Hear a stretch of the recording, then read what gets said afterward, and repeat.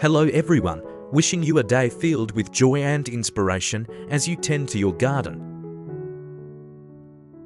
Today, we'll continue exploring a natural method of propagating roses by cuttings, utilizing readily available materials.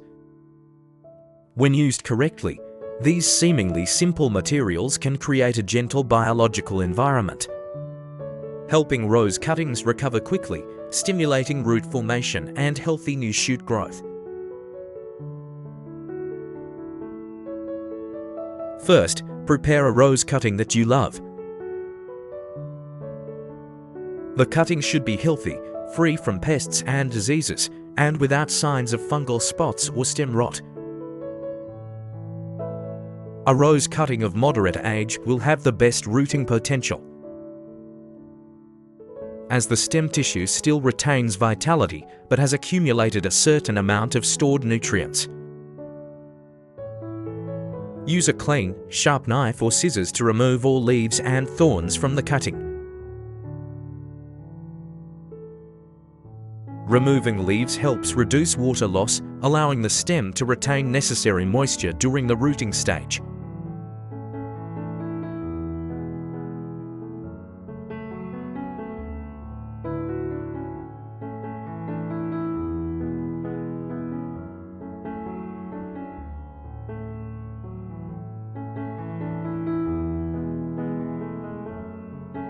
Wilting or damaged petals should also be completely removed to prevent fungal diseases.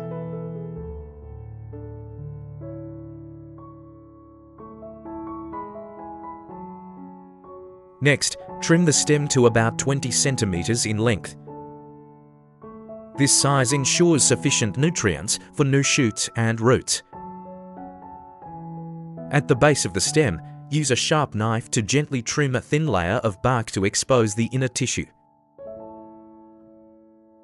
This is the ideal location for callus formation and the development of new roots later on.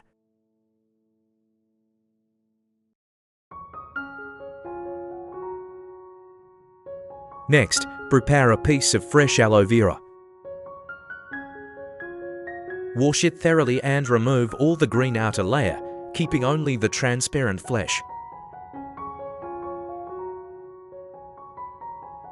Aloe vera gel contains many natural enzymes, polysaccharides and compounds that are excellent at retaining moisture. These components help protect the stem tissue, preventing the cut from drying out and limiting the entry of harmful microorganisms.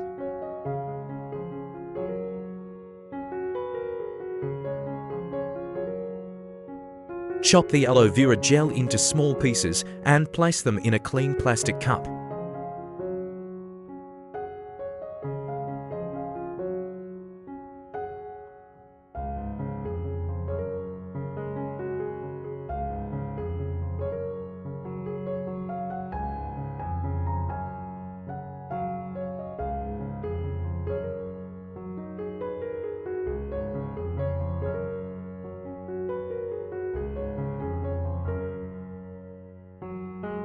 Add about 500 milliliters of clean water and stir well until the gel partially dissolves.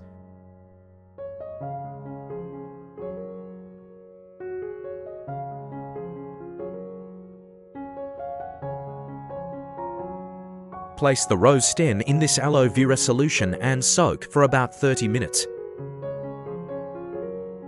During this time, the base of the stem will absorb a layer of the solution, which is rich in moisture and natural nutrients.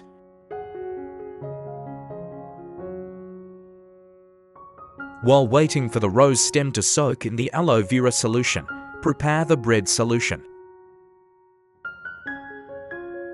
Take a slice of bread or some breadcrumbs, tear them into small pieces, and place them in a clean plastic cup.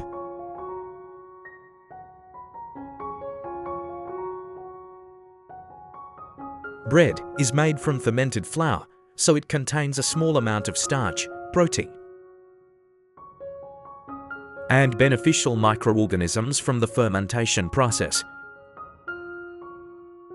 When soaked in warm water, these components will partially dissolve into the water, creating a mild organic environment.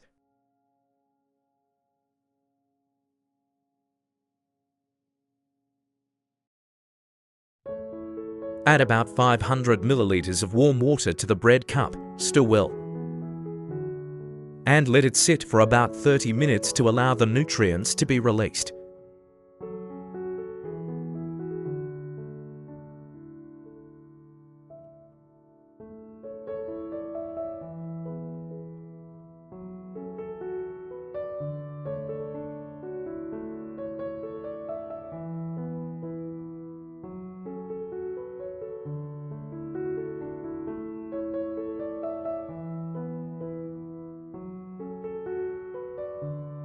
After the soaking time is over, remove the rose stem from the aloe vera solution. Filter out the aloe vera pulp, keeping only the clear liquid.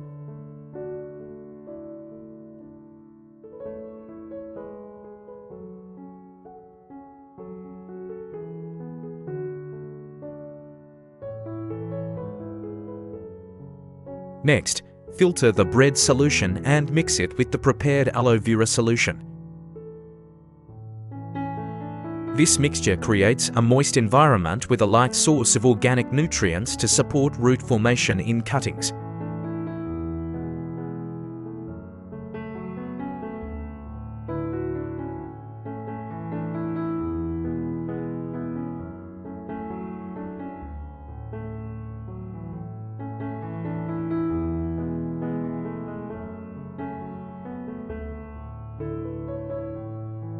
Next, prepare a clean plastic cup and fill it with treated coconut fiber. Coconut fiber is an excellent substrate for cuttings because it retains moisture well while ensuring good aeration for root development.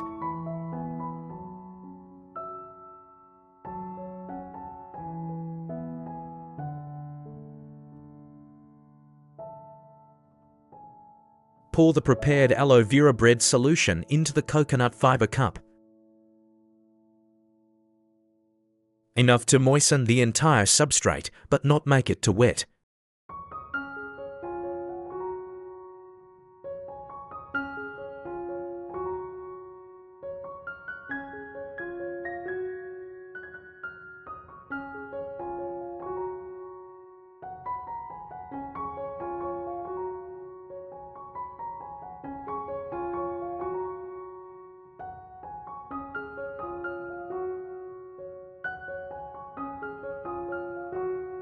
Then, using your finger or a small stick, create a hole in the center of the coconut fiber cup. Gently insert the rose cutting into the hole and lightly press around it to secure it.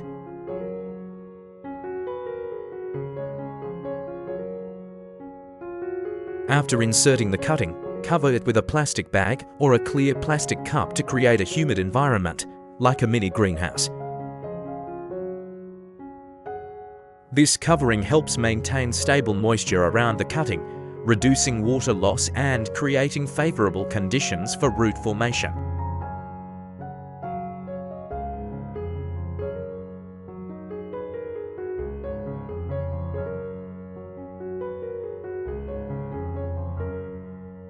Place the cutting in a cool, well-lit area, avoiding strong winds and harsh sunlight.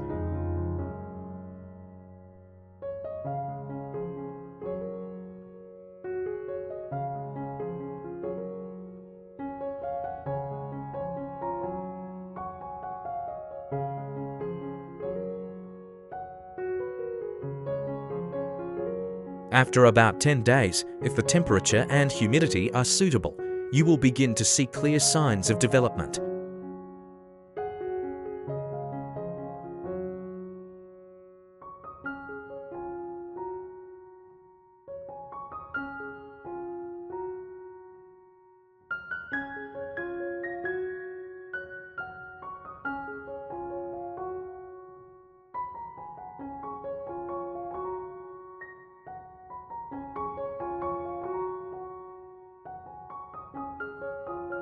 The dormant buds on the cutting will begin to sprout new, healthy, and vibrant green shoots.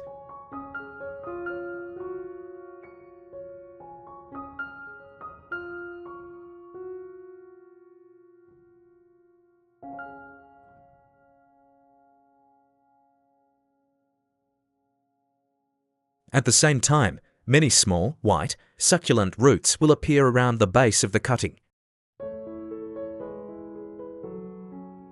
This indicates that the cutting has adapted to the new environment and root formation has been successful.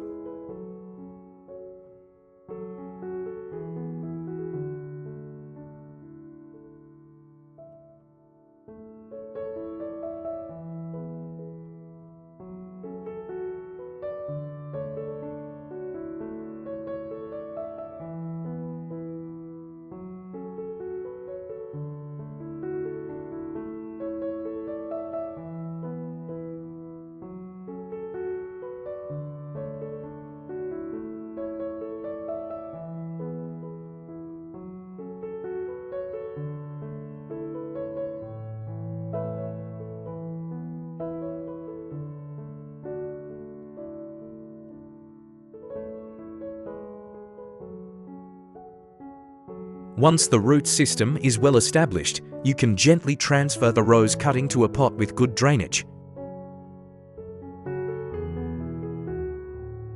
In the initial stage, using clean river sand as a growing medium will help the roots continue to adapt and develop strongly before adding other nutrients.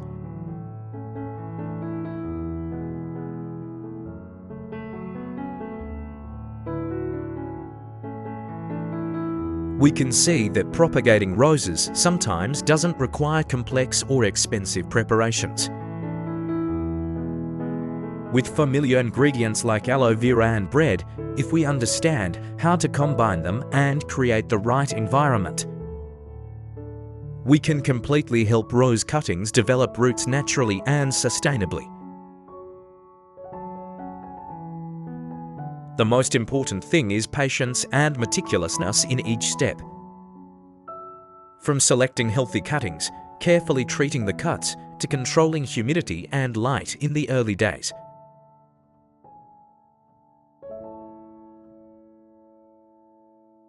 When you see the first white roots appear around the base of the cutting and the young shoots begin to sprout with vitality, that is the most wonderful moment for a plant lover. Each successfully propagated rose cutting not only brings a new plant to the garden, but also joy, connection, and a sense of accomplishment when we personally care for and nurture life. Hopefully, the method described in today's article will give you another effective option in your rose propagation journey, so that from a small initial cutting, you can create a vibrant and thriving rose garden. Thank you for watching the video. Goodbye and see you again.